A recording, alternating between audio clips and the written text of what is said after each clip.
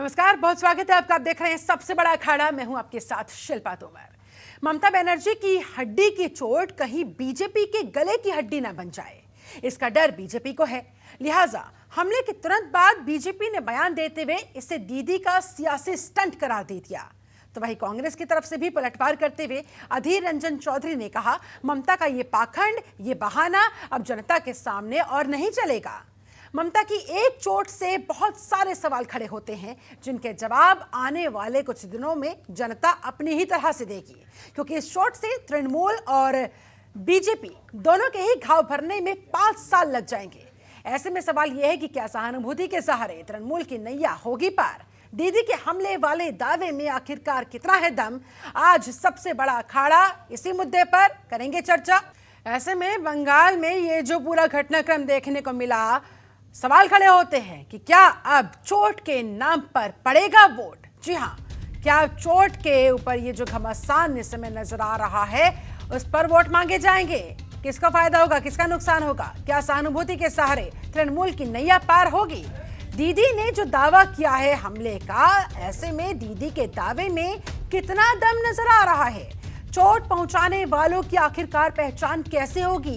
क्योंकि ना कोई तस्वीरें हैं, ना कोई वीडियो है। ऐसे में कैसे उन लोगों तक पहुंचा जाएगा जो आरोप टीएमसी की तरफ से लगाया जा रहा है हमले की साजिश को लेकर, हमला करने को लेकर? आज इन्हीं तमाम सवालों के हम जवाब ढूंढने की कोशिश करेंगे और हमारे साथ एक पूरा खास पैनल इस समय जुड़ चुका है। पैनल का मैं तारुफ आपसे करवा देती हूं। बीजेपी प्रवक्ता खेमचंद शर्मा हमारे साथ जुड़ चुके हैं, बहुत बहुत स्वागत है सर आपका। हमारे साथ टीएमसी के यूपी अध्यक्ष नीरज राय जुड़ चुके हैं, आपका भी बहुत स्वागत है। डॉक्टर सुनील कौशिक, वरिष्ठ पत्रकार, हमारे साथ स्टूडियो में ही मौजूद है। चर्चा की शुरुआत नीरज जी आप ही के साथ। सबसे पहले तो स्थिति स्पष्ट करें, कल तक जो ममता बनर्जी साजिश की बात कह रही थी, हमले की बात कह रही थी, आज बंगाली में उन्होंने जो वीडियो संदेश जारी किया उसमें कहती दिखी कि दरवाजा बंद होने की वजह से कार का चोट उन्हें लग गई, उनके पैर में चोटें पहुंच गई। किस बात पर यकीन किया जाए? कौन सी ममता दीदी सच बोल रही है? और ये 24 घंटे के अंदर तमाम चीजें कैसे बदल गई? देखिए शिल्पा, मैं कल भी देखा सभी चैनलों पे जो ममता जी का विजुअल चला था, उसमें उन्होंने स्पष्ट कहा था कि 4 से 5 लोगों ने धक्का दिया था और मुझे घायल करने की एक साजिश रही है।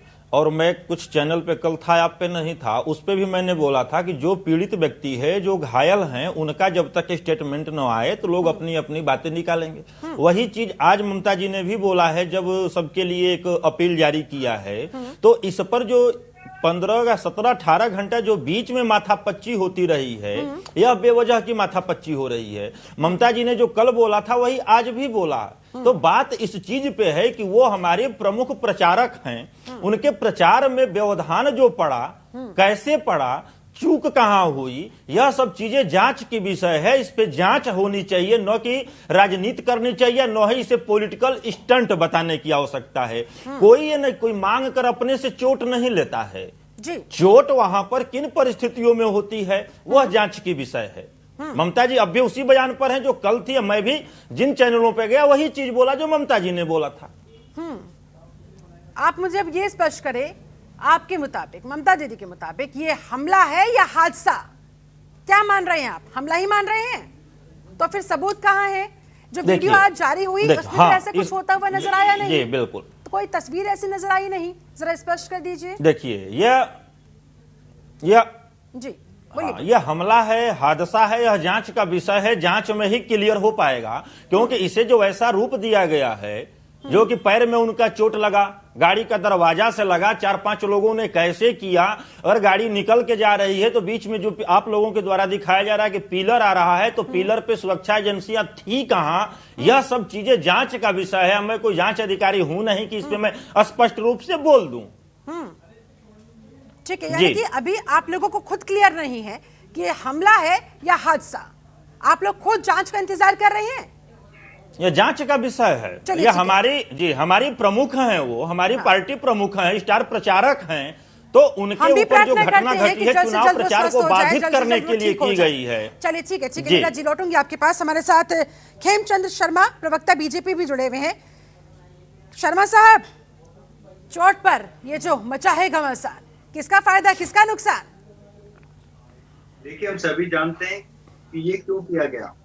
एक सहानुभूति लेने के लिए बंगाल में, क्योंकि हम सभी जानते हैं टीएमसी हार रही है, टीएमसी से बहुत ज्यादा नाराजगी है, तो दीदी के चोट के माध्यम से सहानुभूति लेने के लिए, वोट बटोरने के लिए ये सब ड्रामा किया गया और ये सब सामने आ रहा है। और हम सभी जानते हैं कि स्टेट के पास लॉ एंड ऑर्डर होता है, स्टेट के पास बहुत बड़ी फोर्सेज होती हैं।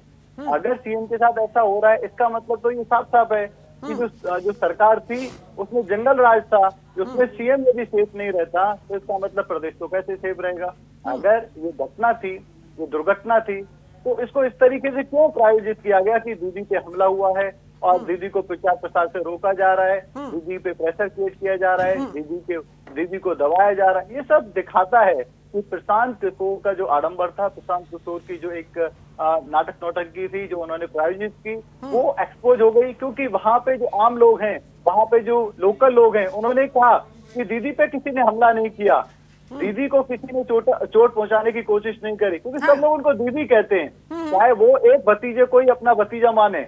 लेकिन जो बंगाल की जनता है, उनके राज से, उनकी सरकार से दुखी है, लेकिन पर्सनली उनको चोट पहुंचाए या कोई दूसरा व्यक्ति उनको कोई चोट पहुंचाए, ऐसी संभावना बिल्कुल नहीं है। मेरी भगवान से प्रार्थना है कि दीदी जल्दी से रिकवर हो और इनके पार्टी के लीडर को सद्बुद्धि दें कि वो ऐसी अगर दुर्घटना होती है तो उसको वोट बैंक की राजनीति में कन्वर्ट ना करें, उसे वोट बटोरने की कोशिश ना करें, इससे फायदे की। ठीक है, नीरज जी जवाब देना चाह रहे हैं, नीरज जी जवाब देना चाह रहे हैं। नीरज जी, हाँ। आखिरकार जब आप लोगों को खुद स्पष्ट नहीं है ये हमला है या फिर हादसा है, तो फिर इस तरह से साजिश की बात कहकर इसका प्रचार प्रसार क्यों किया गया? बीजेपी यही पूछना चाहती है, इस तरह से माहौल क्यों बनाया गया, सिंपैथी गेन करने की कोशिश क्यों की गई? शिल्पा, मैं बीजेपी के खेमचंद भाई को ही बताना चाहता हूं और आपके भी सवाल का जवाब दूंगा। इन्होंने एक सवाल उठाया है कि स्टेट में लॉ एंड ऑर्डर खराब है। शायद इनको ये पता नहीं है कि जब चुनाव का माहौल आता है तो टोटल नियंत्रण चुनाव आयोग के हाथ में चला जाता है, स्टेट गवर्नमेंट। हाँ, यह बात है कि मुख्यमंत्री की सुरक्षा, तो मुख्यमंत्री की सुरक्षा एजेंसियां जो है उसकी जिम्मेदारी और जवाबदेही बनती है कि ऐसी घटना क्या घटी। वो लोग वहां से नदारद थे, लोकल पुलिस और लोकल एसपी जो होते हैं, भले ही जेड श्रेणी और वाई श्रेणी की सुरक्षा होती है, वहां पे रहते हैं लोकल स्तर पे। दूसरा ये कह रहे हैं कि राजनीतिक प्रोपेगेंडा, तो भाई साहब यह स्पष्ट करना चाहूंगा, यह पूरा देश जानता है कि ममता बनर्जी को वहां पे राजनीतिक प्रोपेगेंडा तैयार करने की आवश्यकता नहीं है, क्योंकि पिछले 7 सालों का इतिहास देखा जाए तो बंगाल में आप जाकर सांप्रदायिक और अराजकता की ही बात किए हैं, हम वहां पे योजना की बात किए हैं। आप देश में सरकार चली है, आपकी 7 सालों से चल रही है, एक भी ऐसा चीज नहीं बताया आपकी 2 करोड़ रोजगार दिया कि नहीं, 300 से ऊपर किसान शहीद हो गए हैं दिल्ली में, उस पर आप बात किए नहीं। सभी इंडस्ट्री को आप बेच दिए, फिर भी बंगाल में आपको इंडस्ट्री चाहिए, वहां का पोर्ट आप बेच दिए, फ्यूचर आप सिटी कोलकाता को बना रहे हैं। पिछले आप 7 सालों में कितने स्मार्ट सिटी दिए, इस पे बात आप किए नहीं। अब आइए एक और नैतिकता की जो बात करते हैं कि प्रशांत किशोर पे, हाँ। यह जाहिर सी बात है कि हमसे ज्यादा प्रशांत किशोर को आप जानते हैं, क्योंकि वही प्रशांत किशोर जून 13 के बाद 14 में सत्ता में आने से पहले पूरा ग्राफिक तैयार किए थे भारतीय जनता पार्टी का।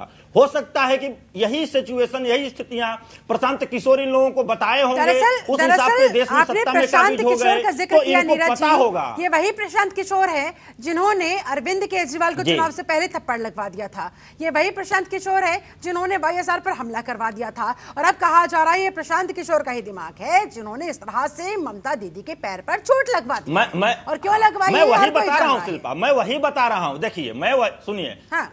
मैं वही बता रहा हूं कि प्रशांत किशोर तो है भाई, मार्केटिंग कंपनी है, पीआर देखते हैं, तो वो तो भाजपा से भी जुड़े थे, भाजपा से जुड़े, सभी राजनीतिक दलों से जुड़े, तो उनके ऊपर आरोप अगर लगाना जाए तो बेबुनियाद है। भारतीय जनता पार्टी बंगाल का विकास देखना चाहती है कि विकास कुछ नहीं हुआ। मैं देश की बात भी छोड़ दे रहा हूं, 18 इनके एमपी हैं ना 2019 से, इनके एमपी ने अपने लोकसभा क्षेत्रों में कितना विकास किया है उस पर एक चिट्ठा जारी कर देते लोग। तो बंगाल की जनता हो तो वहां तो समझ गई है, क्योंकि देश की जनता समझ रही है। किसानों के आंदोलन को हाईलाइट न किया जाए, अनऑफिशियल इन लोगों की सूचनाएं जारी हो गई है कि चुनाव तक किसान आंदोलन की चर्चा नहीं होनी चाहिए। इसी बात का तो रोना है, इसी बात का रोना बात होनी चाहिए, मैं रोना नहीं बात होती नहीं है। सिर्फ और सिर्फ सियासत देखने को मिल रही है। अब आप ये बताएं, ये बंगाल की धरती पर जो सियासी मैं तो नाटक हर इस बार समय मुद्दा देखने की को बात मिल रहा करता है, हूं शिल्पा। क्या इस सियासी नाटक से जीत का फाटक खुल पाएगा, और अगर हाँ तो किसके लिए, क्या संभावना है, कैसा मैसेज जाएगा इस घटना के बाद? शिल्पा, हम इस पर कल से डिबेट कर रहे हैं, आज भी पूरा दिन डिबेट करते हो गया। केवल मुझे चेहरे अदला बदली नजर आ रहे हैं कि जेपी नड्डा साहब पे जब हमला हुआ था तो वही भाषा टीएमसी बोल रही थी, आज ममता दीदी पे हमला हुआ है तो वही भाषा बीजेपी बोल रही है। तमाम सुरक्षा एजेंसियों पे आरोप तब भी लगे थे और आज भी लग रहे हैं। जेपी नड्डा साहब को भी बड़ा सुरक्षा घेरा था, किस तरीके से टीएमसी कार्यकर्ताओं ने हमला किया, तब टीएमसी बड़ा विरोध कर रही थी उस समय, ऐसा हो ही नहीं सकता। आज भी इनके प्रवक्ता ने ये कहा, अभी 1 घंटे पहले मैं नेशनल चैनल पर बैठा हुआ था, कि ममता दीदी पर हमला हुआ है बीजेपी कार्यकर्ताओं के द्वारा षड्यंत्र के तहत।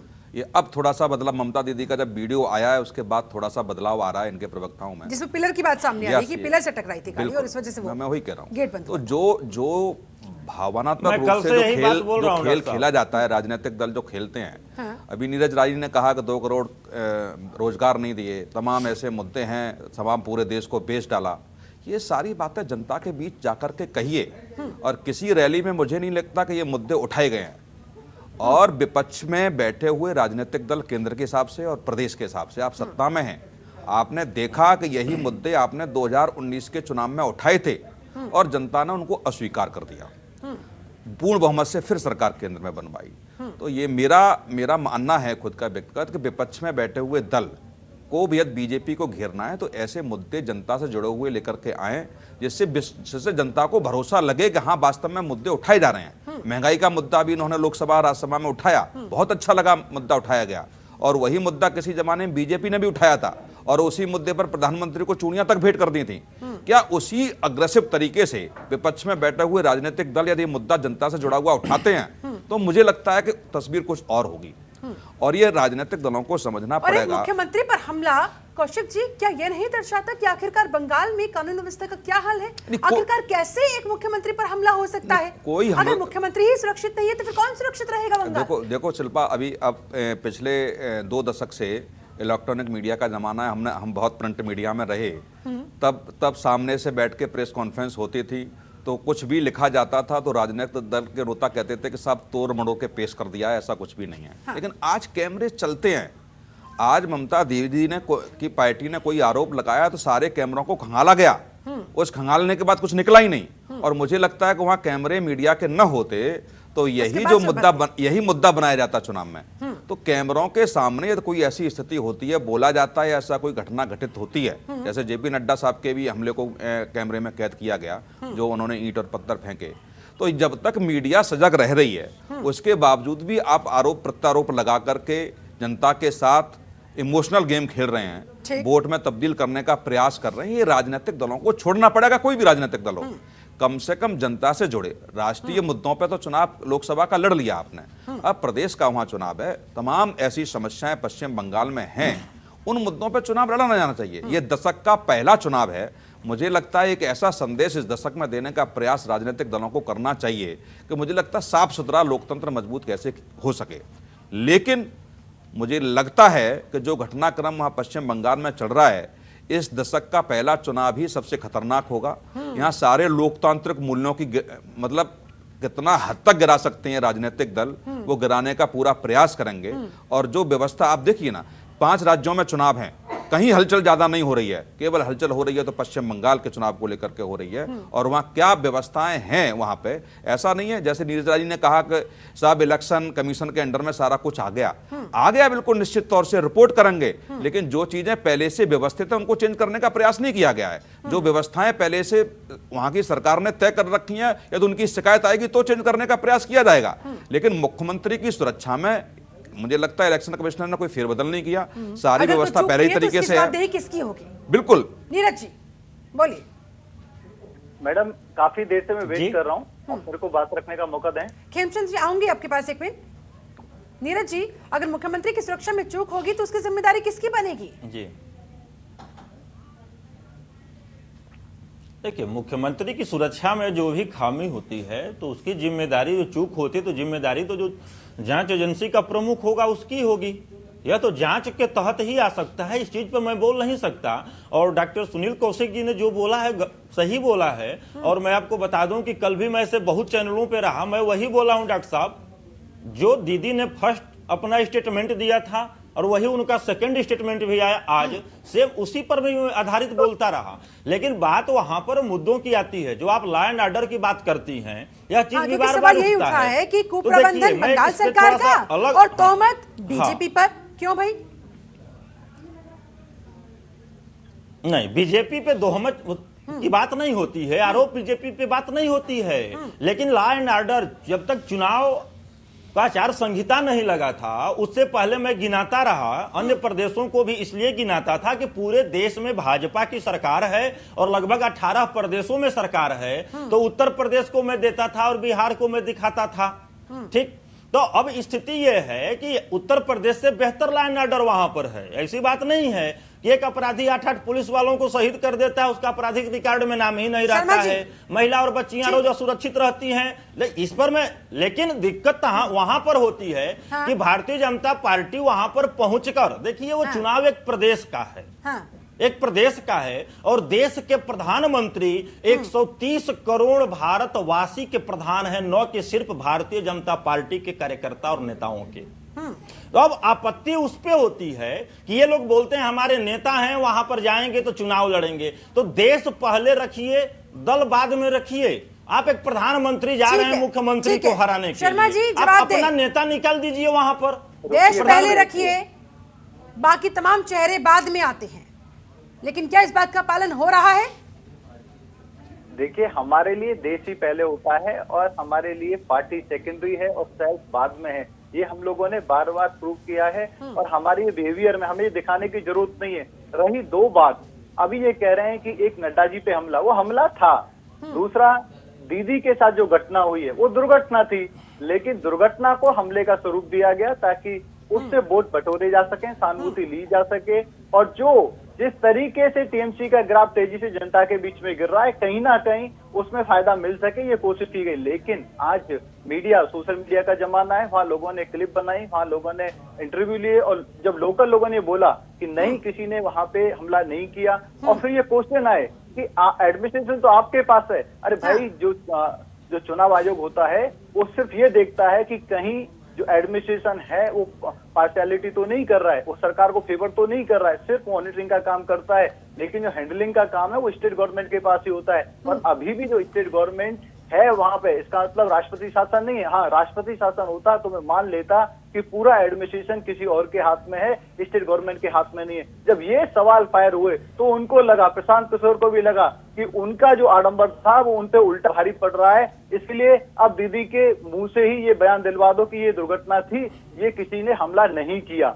लेकिन इससे कुछ चीजें बाहर निकल के आई। वो चीजें ये थी कि टीएमसी की हालत बहुत खराब है। मैं मानता हूं कि दीदी को 2 साल पहले ऐसा आडंबर करने की जरूरत नहीं थी, क्योंकि उनकी स्थिति बहुत मजबूत थी। लेकिन लगातार जिस तरीके से देश में करप्शन हो रहा है, लगातार दीदी सिर्फ और सिर्फ एक भतीजे को सेटिस्फाई करने में लगी हुई है, लगातार दीदी अपने नेताओं को इग्नोर कर रही है, जनता को इग्नोर कर रही है। लगातार वहां पे जो पॉलिटिकल ओपोनेंट है उनको मारा जा रहा है, उनकी किलिंग हो रही है, चाहे वो बीजेपी के कार्यकर्ता हो, चाहे वो आरएसएस के कार्यकर्ता हो। कानून व्यवस्था पर बार बार सवाल उठाए जा रहे थे। कहा जा रहा था टीएमसी की तरफ से कि भाई 8 चरणों में चुनाव कराने की आवश्यकता क्या है? क्या ये तमाम घटनाक्रम देखने के बाद लग नहीं रहा कि हाँ, ये फैसला सही है चुनाव आयोग का? नहीं, देखो, जहां हम पिछले 1 साल की बात करेंगे और उससे पीछे भी हम जाएं, जब पंचायत के चुनाव हुए, पंचायत चुनावों के बाद वहां क्या माहौल हुआ, वो इलेक्शन कमिश्नर ने जो फैसला लिया कि 8 चरणों में होना है, बिल्कुल इसका स्वागत होना चाहिए कि जितने ज़्यादा चरणों में होगा शांति व्यवस्था रहेगी, ईमानदारी से वो नज़र रख सकेगा प्रशासन,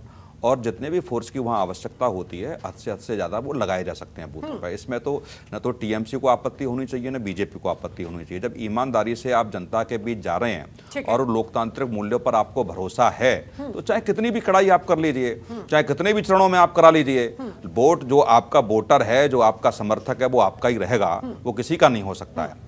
लेकिन जो खून खराबा वहाँ देखने को मिला, ठीक है। हम लोगों ने भी देखा, विधायकों तक की वहां हत्याएं होगी, दोनों पार्टी के विधायकों तक की हत्याएं वहां पे हो गई, ऐसे में ये सारे कार्यकर्ताओं की घटनाएं हत्याएं वहां पे हो रही हैं। अल्टीमेटली चाहे जेपी नड्डा पर हमला हो, चाहे मुख्यमंत्री ममता बनर्जी की सुरक्षा में चूक का मामला हो, बेशक से वो हादसा है या हमला है, अभी टीएमसी खुद स्पष्ट नहीं करे। हालांकि तभी जुबान में कल जिस तरह से जोरदार तरीके से कहा गया था ये साजिश है या हमला है, लेकिन आज सुर थोड़े बदले बदले से नजर आ रहे हैं। अल्टीमेटली सवाल किस पर खड़े हो रहे हैं? बंगाल के लॉ एंड ऑर्डर पर। आखिरकार फिर टीएमसी इस सवाल से कैसे भाग सकती है? डॉक्टर सुनील कौशिक हमारे साथ मौजूद है, वरिष्ठ पत्रकार, और खेमचंद्र शर्मा जी भी हमारे साथ है, बीजेपी का पक्ष रखते हुए। नीरज जी, एक बार फिर से आप ही के पास आते हुए, बंगाल में कानून व्यवस्था को लेकर जो बार बार आरोप लगते आ रहे थे, क्या इस घटना ने उन सभी आरोपों को सच साबित नहीं कर दिया है? बीजेपी को कहीं ना कहीं सही नहीं ठहरा दिया है? आपका क्या मानना है? आखिरकार ये मौका बैठे बिठाए बीजेपी के हाथ क्या नहीं लग गया है? बीजेपी तो पहले से ही कहती आई थी, और एक और उदाहरण उनके सामने। नहीं, देखिए मैं बता दूं आपको, बीजेपी के और खेमचंद भाई के कई सवालों का मैं जवाब भी दे रहा हूं, आपके भी सवाल का जवाब।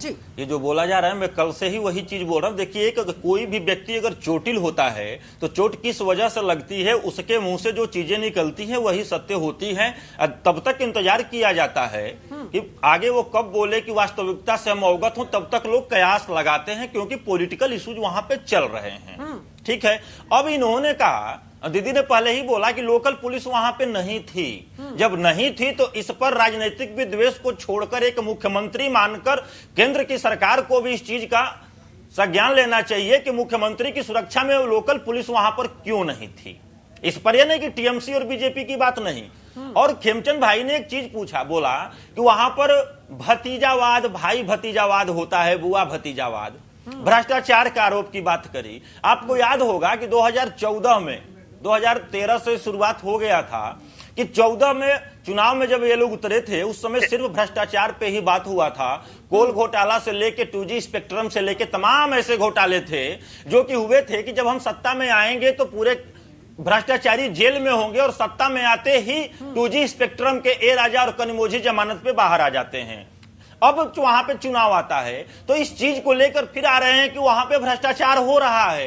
किस चीज का भ्रष्टाचार है, किस चीज का प्रोपेगेंडा उड़ाया जा रहा है, इस पे जवाब नहीं है। कौवा कान लेकर गया लेकिन कोई अपना कान नहीं देखता है। अब दूसरी चीज पे आइए, भाई भतीजावाद पे। भाई भतीजावाद से आज के समय में कौन दल अछूता है? अमित शाह जी का लड़का इतना बड़ा योग्य है व्यक्ति कि बीसीसीआई का सचिव बनाते हैं। कल्याण सिंह का लड़का है राजवीर सिंह है, राजनाथ सिंह के लड़का पंकज सिंह और नीरज सिंह हैं, लालजी टंडन के लड़का है अनुराग ठाकुर है। कौन दल अछूता है कि जिस पर कि सिर्फ फोकस करेंगे कि उनका भतीजा है? उनका भतीजा है, वो इलेक्शन से आया है, वो भी ऐसा नहीं है कि अमित शाह के लड़के की तरह चयन कर दिया गया बीसीसीआई जैसे महत्वपूर्ण पदों पे। देखिए, हमारी जो उंगली आप टीएमसी पर उठा रहे थे, आज वही उंगली टीएमसी आप लोगों पर उठा रही है, और उदाहरण के साथ। देखिए, मेरे को समय देने के लिए बहुत बहुत धन्यवाद। जो टीएमसी के मित्र हैं बहुत कंफ्यूज नजर आ रहे हैं। अभी आप देखेंगे एएनआई की खबर है कि ये कल 3 बजे से 5 बजे के बीच में साइलेंट प्रोटेस्ट करने वाले हैं, जो कल की घटना हुई है। अब हमारे टीएमसी के मित्र कह रहे हैं कि वो दुर्घटना थी, दीदी भी मान रही हैं, उन पर किसी ने हमला नहीं किया, तो फिर कल प्रोटेस्ट किस लिए? अभी ये तय नहीं कर पा रहे हैं कि इनको प्रोटेस्ट करना है। मैंने नहीं कहा कि दीदी ने कहा, मैंने नहीं कहा कि दीदी ने कहा। अभी ये कह रहे हैं कि वो दुर्घटना थी। चलो मैं मान लेता हूं, क्योंकि प्रेशर इन पे है, और वहां पे जो सच्चाई है मीडिया के माध्यम से, सोशल मीडिया के माध्यम से, वहां के लोकल लोगों के माध्यम से सभी के बीच में आ गई कि एक दुर्घटना थी, किसी ने हमला नहीं किया। दीदी ने सहानुभूति बटेरने की कोशिश की, और उनके जो प्रिय प्रशांत किशोर जी हैं, उन्होंने पूरा आडंबर तैयार किया और जनता के सामने वो एक्सपोज हो गया। देखिए, भाई भतीजावाद में क्या फर्क है? अरे आडंबर आप तो तैयार करते हैं खेमचंद भाई, आडंबर व टीएमसी को तैयार करने की आवश्यकता नहीं है, क्योंकि हम काम लेकर वहां पर लड़ रहे हैं चुनाव, हम मुद्दे की बात कर रहे हैं। एक पढ़े लिखे व्यक्ति, आप लोग प्रमाण पत्र बांटने में बड़ा माहिर है भाई, क्या बात है? मैंने चुपचाप आपको पूरा सुना है। प्रमाण पत्र तुरंत बांट देते हैं आप लोग। सुन लो, दीदी ने बोला था कि मेरा परिवार प्रमाण पत्र क्यों? पूरा बंगाल मेरा परिवार है। लेकिन दुखद ये हुआ कि पूरी टीएमसी पार्टी को इग्नोर करके सिर्फ और सिर्फ भतीजे पे कंसंट्रेशन, भतीजा पूरा सरकार चला रहा है, पूरे बंगाल को छोड़ के सिर्फ और सिर्फ भतीजा ही जो कह दे वो सही, जो उनका कैरेक्टर जिसके विरुद्ध उन्होंने लड़ाई लड़ी कि मैं कांग्रेस से बाहर जा रही हूं क्योंकि कांग्रेस में परिवारवाद है, कांग्रेस में परिवार की सुनी जाती है, वही चीज उन्होंने अपनी पार्टी में स्थापित कर दी। अरे भारतीय जनता पार्टी में बताएं कि हमारे मोदी जी के कौन सा परिवार वाला पॉलिटिक्स में है, अडवाणी जी का कौन सा परिवार वाला पॉलिटिक्स में है, अटल जी का कौन सा परिवार वाला पॉलिटिक्स में है, जोशी जी का कौन सा परिवार वाला पॉलिटिक्स में है, अमित शाह जी का भी बेटा क्या कोई एमपी है, मंत्री है? राजनाथ सिंह का बताइए, कल्याण सिंह का बताइए। इलेक्शन होते हैं और हमारे यहाँ प्रेसिडेंट चेंज होते हैं। सांसद है अर्जुन सिंह, वहीं पे सांसद है अर्जुन सिंह बैरकपुर से, उनका लड़का पवन विधायक है। तब से दीदी के अलावा कोई वहाँ प्रेसिडेंट बना है? अगर नहीं बना तो क्यों नहीं बना?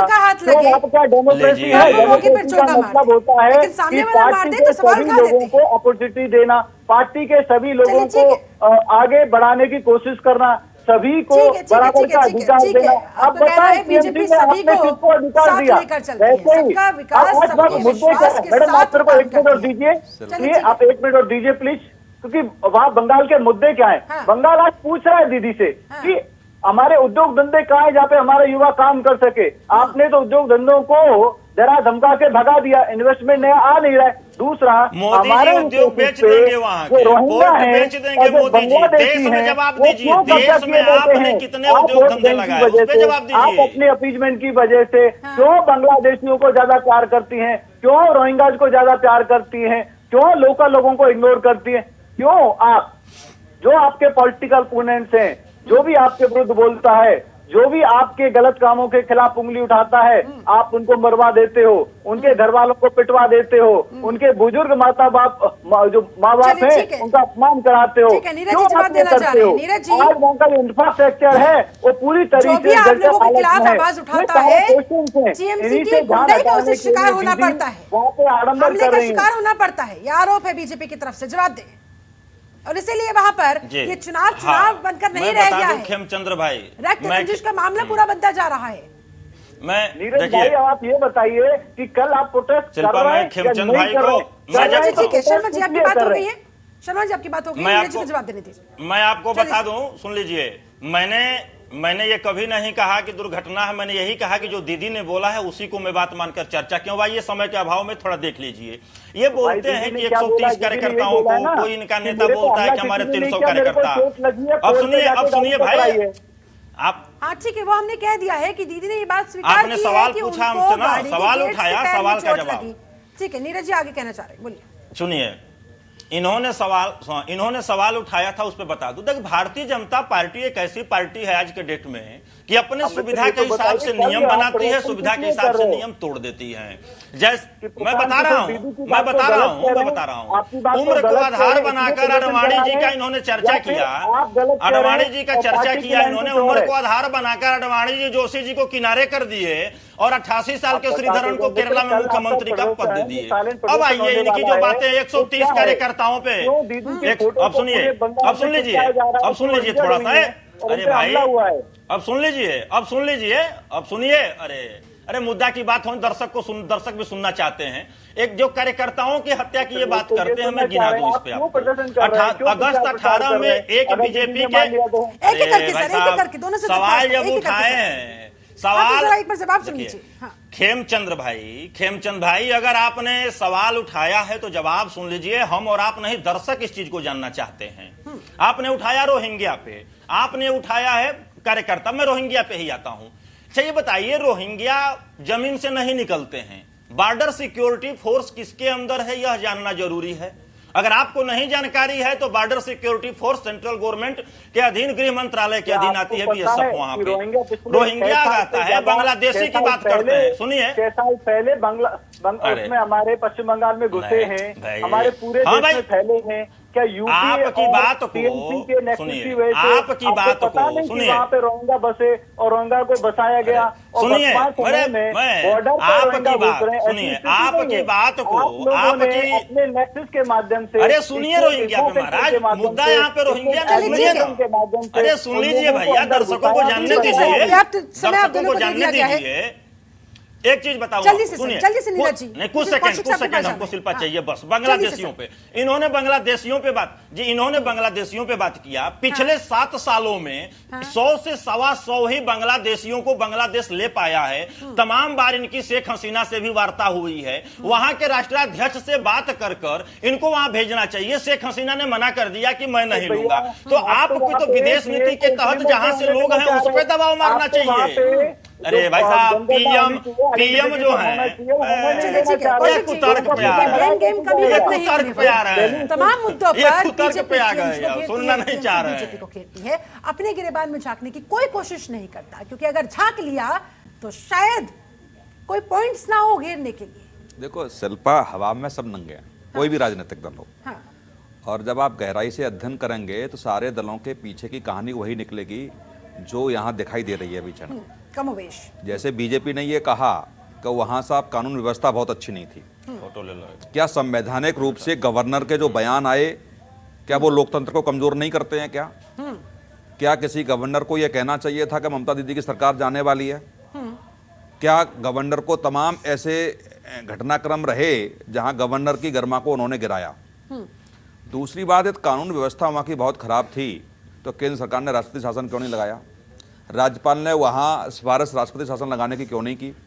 क्या ये एक राजनीति नहीं है कि आप सभाओं में चिल्ला रहे हैं, आप मीडिया के सामने बैठ के चिल्ला रहे हैं कि साहब कानून व्यवस्था वहाँ की बहुत अच्छी नहीं है, लेकिन केंद्र सरकार के हाथ में कुछ है ना संवैधानिक रूप से, गवर्नर के हाथ में कुछ था संवैधानिक रूप से जो आप कुछ कर सकते थे, लेकिन आपने भी वहाँ राजनीति की। दूसरी बात, जो राय साहब कह रहे हैं कि साहब वहाँ इतने बॉर्डर से सारे लोग आते हैं, केवल आप अध्ययन कीजिए कि 6 साल में ही सारे लोग नहीं आ गए।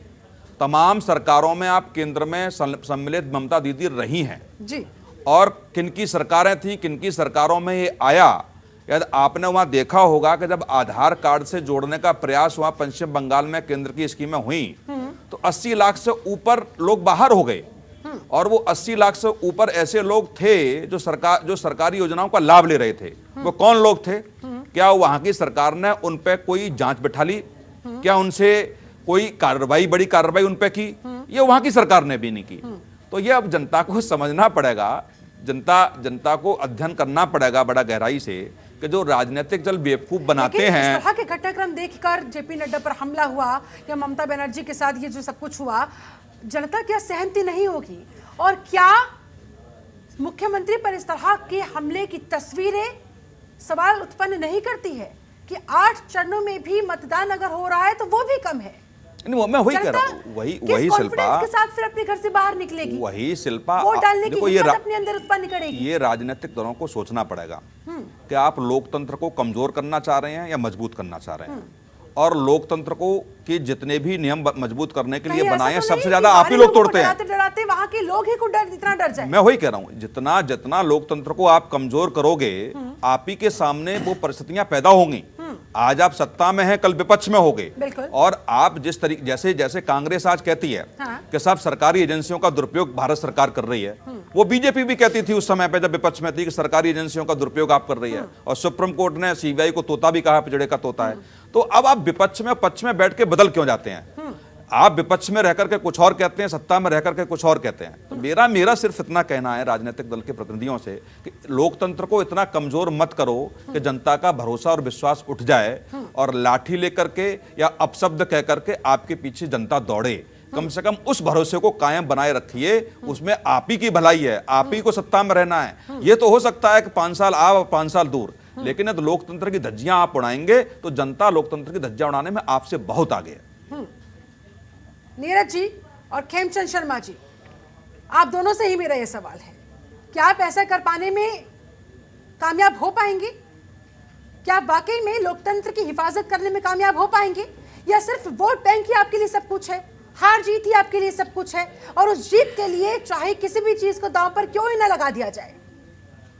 देखिए, पहले शर्मा जी, फिर नीरज जी। भारतीय जनता पार्टी के लिए लोकतंत्र सर्वोपरि है, देश सर्वोपरि है। हाँ। अरे भाई, आप एक बात बताइए, करोड़ों की संख्या में जब बांग्लादेशी वहाँ बसे हुए हैं, जब आधार या हम नेशनल स्कीम वहाँ पे अप्लाई करते हैं, वो लोग जब छटते हैं, उन पे कार्रवाई नहीं होती, उन लोगों को आप वोट बना देते हो, उन लोगों को वहां पे आप लोकल रिसोर्सेज पे कब्जा करने देते हो, तो कैसे लोकतंत्र बचेगा? तो हम तो वो बात उठाएंगे ना कि विदेशियों ने हमारे लोकल रिसोर्सेज पे कब्जा किया हुआ है, हमारे लोकल जो लोग हैं, हमारे लोकल पश्चिम बंगाल की जो जनता है, उनके अधिकारों पे कुठाराघात किया हुआ है। और ये कुठाराघात इसलिए हो रहा है क्योंकि टीएमसी उनको संरक्षण दे रही है, टीएमसी ने उनको बचाया हुआ है। दूसरा, रोहिंग्या, हम सभी जानते हैं किस तरीके का व्यवहार उनका है, किस तरीके की घटनाओं में वो लोग शामिल होते हैं और ये रोहिंग्या को बचाने का काम करते हैं। वैसे ही जब केंद्र सरकार कहती है कि हमें एनपीआर लाना है और हमें ये रजिस्ट्रेशन करना है कि कौन व्यक्ति कहां से है, कैसा है, तो सबसे पहले विरोध टीएमसी का होता है, क्योंकि टीएमसी को पता है अगर एनपीआर जैसी योजना वहां पे आती है, सीए वहां पे इम्प्लीमेंट होता है,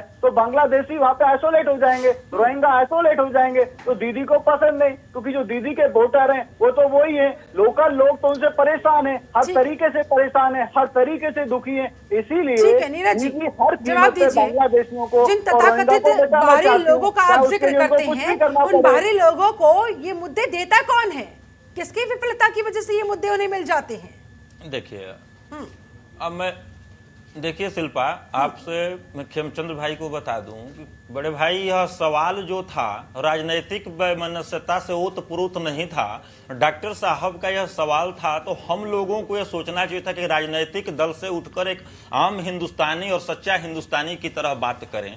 आपके जितने भी सवाल हैं खेमचंद भाई, उसका मैं उत्तर दूं उससे पहले डॉक्टर सुनील कौशिक जी ने दे दिया। बहुत अच्छा लगा कि आज मैं बहुत दिन बाद किसी ऐसे स्वतंत्र पत्रकार के साथ बैठा हूं जो कि हमारी कमियों को बखूबी गिनाने का काम किए और आगे वाले के भी कमियों को। तो खेमचंद भाई, हम और आप एक दूसरे को दोष देके जिम्मेदारियों से मुक्त नहीं हो सकते हैं। नहीं हो सकते। अगर हम वहां पे असफल थे, अभी राजनीतिक बात बोलूंगा, हम असफल थे तो लोकतंत्र और देश आपसे, सुनिए भाई साहब, अब सुनिए, देखिए, सुनिए भाई महाराज, अरे महाराज आपने बोला यह फाइनल कमेंट जा रहा है, यह फाइनल कमेंट जा रहा है, आपने बोला, मैं सुन लिया। मैं नहीं कह रहा हूं कि हमारे देश में बाहर के लोग हमारे साधन और संसाधन को प्रयोग करें, लेकिन कर भी रहे हैं। तो 7 साल से देश में एक पावरफुल पूर्ण मेजोरिटी की सरकार थी। आपको अगर देश और बंगाल की जनता से प्रेम और लगाव, लोकतंत्र की रक्षा करने के लिए, यार बोलने दीजिए ना, बोलने दीजिए महाराज, बोलने दीजिए ना। पीएम किसान का पैसा किसानों को क्यों नहीं जाता? मैं बता दूं, आप एनपीआर को इम्प्लीमेंट नहीं करने देते, क्यों मैं बता आप दे रहा हूं, विरोध करते हो? मैं बता दे रहा हूं, मैं बता दे रहा हूं। केंद्र ने तो योजना जो सारे सवाल आपको बताना चाहता हूं, कुछ सेकंड नहीं इम्प्लीमेंट कर, जवाब तो देने दीजिए, तभी तो जनता तक पहुंचेंगे और तभी तो जनता मूड बनाएगी कौन सच कौन झूठ।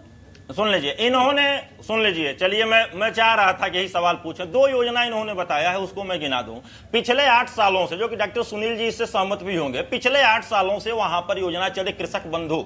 पूरे 73 लाख किसान परिवारों को 10,000 रुपया सालाना दिया जाता है और ये 6,000 रुपया देकर ढोल बजाते हैं। हम एक बार ढोल नहीं बजाते हैं।